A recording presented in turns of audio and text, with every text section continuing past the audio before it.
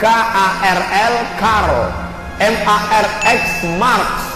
Maka pikiran-pikiran si Karl Marx disebut dengan Marxisme. Sampai ke tempat kita disebut dengan komunis. Pernah membuat Partai Komunis Indonesia, dihabisi pada era Presiden Soeharto. Muncul mereka bangkit membantai jenderal-jenderal kita. Tidak hanya jenderal muslim, tapi juga DI Panjaitan pun habis. Darah itu merah jenderal. Berapa lama kita menonton? Sudah lama pula kita tak menonton. Dulu kalau sudah 30 September kita menonton ramai-ramai, tapi kemarin dibangkitkan lagi, nonton bersama Panglima dan lain sebagainya. Untuk apa? Menunjukkan lagi. Dan muncul sekarang buku-buku yang luar biasa, ditulis bestseller, penulisnya tak tanggung-tanggung. Aku bangga jadi anak PKI. PKI masuk parlemen. Kalau ada orang bertanya, mana ada PKI? Mana? Ini bukunya ada, penulisnya ada. Kenapa tak ditangkap? Kenapa ini tidak ditangkap? Ini yang anti Pancasila itu. Yang anti Pancasila itu ini. Anti Pancasila sila keberapa? Sila pertama, ketuhanan yang Maha Esa. Komunis tak percaya sama Tuhan sama sekali. Karena kata Karl Marx, agama itu adalah opium, agama itu adalah candu, agama itu merusak. Bapak Ibu yang dimuliakan Allah Subhanahu wa taala, saya tanya sama kawan yang bolak-balik ke Cina, apa betul orang Cina itu tak beragama? Mereka beragama, Pak Ustaz. Apa agamanya? Hindu ada, Buddha ada, Konghucu ada, Kristen ada. Tapi pemerintahnya tidak percaya agama. Rakyatnya beragama. Presidennya, menterinya, partainya tak percaya agama. Kenapa mereka berlarang agama? Karena kata mereka, kalau orang ini beragama, nanti dia akan kelahi. Agama mengajarkan ekstrim, agama mengajarkan kekerasan, agama menganggap selain dia adalah kafir, mesti dihabisi, mesti dibunuh. Tidak begitu dengan Islam. Islam tidak pernah mengajarkan kalau tetanggamu Kristen, kau bakar rumahnya, kau pancung lakinya, kau larikan bininya. Tak pernah Islam mengajarkan itu. Mereka suuzon terhadap Islam. Apa pernah Nabi Muhammad membawa pedang? Siapa yang tak masuk Islam, pancung kepalanya? Tidak ada. Nabi tahun ke-8 Hijrah masuk ke kota Makkah. Peristiwa Fathu Makkah, 10.000 pasukan dibawa oleh Muhammad sallallahu alaihi wasallam. Panglima perangnya bernama Sa'ad bin Ubadah. Dicabutnya pedang. Hadza yaumul marhamah. Ini hari balas dendam. Hancurkan orang Makkah. Nabi memanggil Ta'al, sini kau Sa'ad. Sini Sa'ad. Apa kau katakan tadi? Hadza yaumul marhamah. Hadza yaumul marhamah. Ini hari balas dendam. Apa kata Nabi? Hadza yaumul marhamah. Ini hari berkasih sayang. Tidak ada yang dipancung Nabi kepalanya, tidak ada yang dipotong Nabi hidungnya.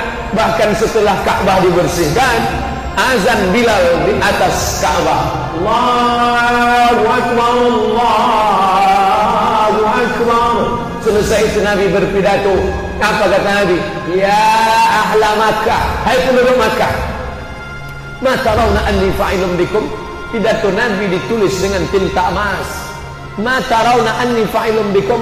Menurut kalian, apa yang akan kalian kulakukan terhadap kalian? Kalian usir aku 8 tahun yang lalu. Kalian siram dengan tai onta. Kalian cekik aku saat sholat di Ka'bah. Kalian bunuh pamanku Abu Talib.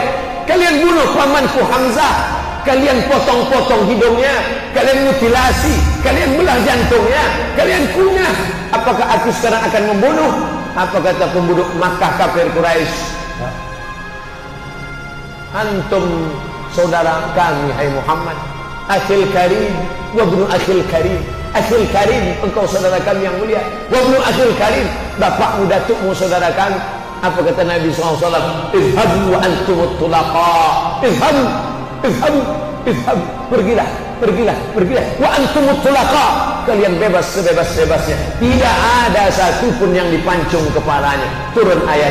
Idza jaa nasrullahi wal ketika datang kemenangan dan pertolongan Allah dan kemenangan. Wa ra'aitan nas, kau tengok mereka masuk Islam, yadkhuluna fi dinillahi afwaja, berbondong-bondong, bukan satu, bukan dua, bukan lima, berbondong-bondong mereka masuk Islam. Maka masuk Islam bukan karena Nabi mengancam mereka, la ikraha fid din. Ini Marx mengatakan agama mengajarkan permusuhan. Tidak begitu dengan agama Islam. Islam mengajarkan kedamaian. Wa ma arsalnaka illa rahmatan lil alamin. Oleh sebab itu, ketika dulu bapaknya, kalau zaman Orde Baru ditulis di situ di ujung KTP-nya, apa dia? Bekas orang terlibat, OT, orang terlibat. Kakeknya, mbaknya, ayahnya, emaknya dulu pernah terlibat PKI. Siapa yang tak pernah punya masa lalu? Islam tidak mengajarkan dosa warisan. Wala taziru waziratun wisra ukhra. Kita tidak memikul dosa datuk kita, kita tak memikul dosa kakek kita. Maka siapa yang kakeknya, mbaknya, datuknya, pakciknya, pamannya, ayahnya, emaknya tahun 1965 pernah terlibat PKI, itu masa lalu.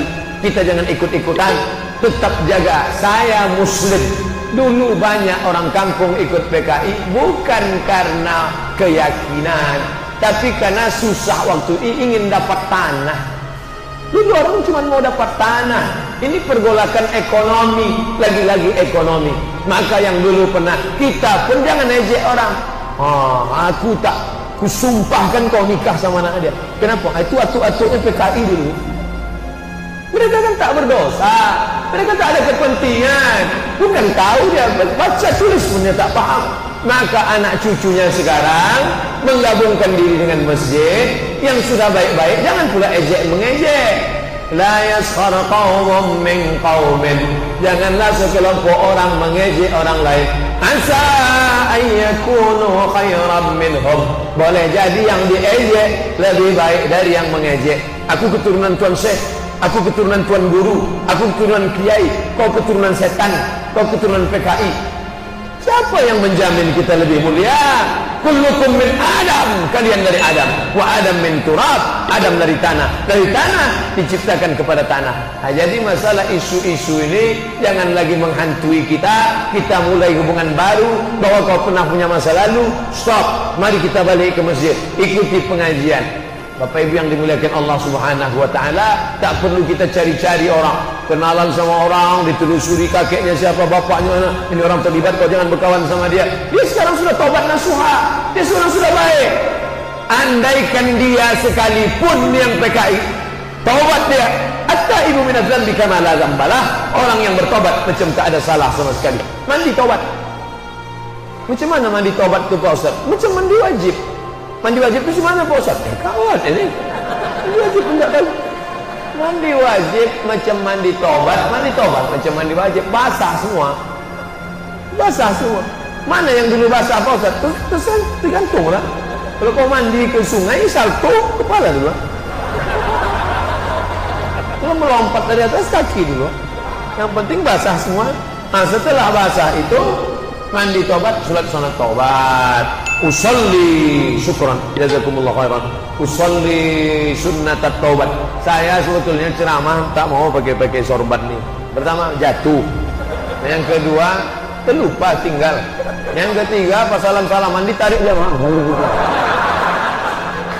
Lalu kenapa Ustaz pakai sorban? Biar nampak Ustaznya situ.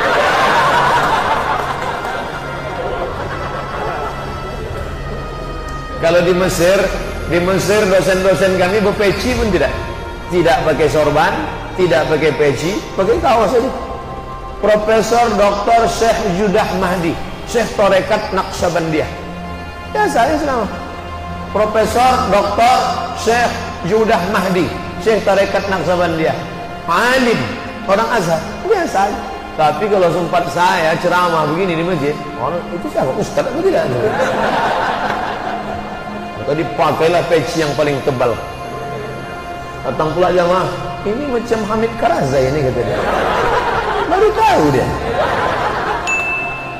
Apa yang dimuliakan Allah Subhanahu wa taala, maka kita galin persatuan. Mau dia mantan PKI, mau dia mantan sekuler, dia mantan liberal, kalau sudah dia bersyahadat, sudah dia bertobat, wala tajassasu, jangan cari-cari kesalahan orang lain, jangan lagi sebar-sebar fitnah. Al-Quran dan hadis pedoman persatuan umat. Kau pernah menjadi orang sekuler, ya itu masa lalumu. Kau pernah menjadi orang liberal, ya itu masa lalumu. Kau pernah menjadi orang ateis, komunis, PKI, itu masa lalumu. Sekarang mari kita duduk bersama. Mau kita bawa kemana hubungan ini?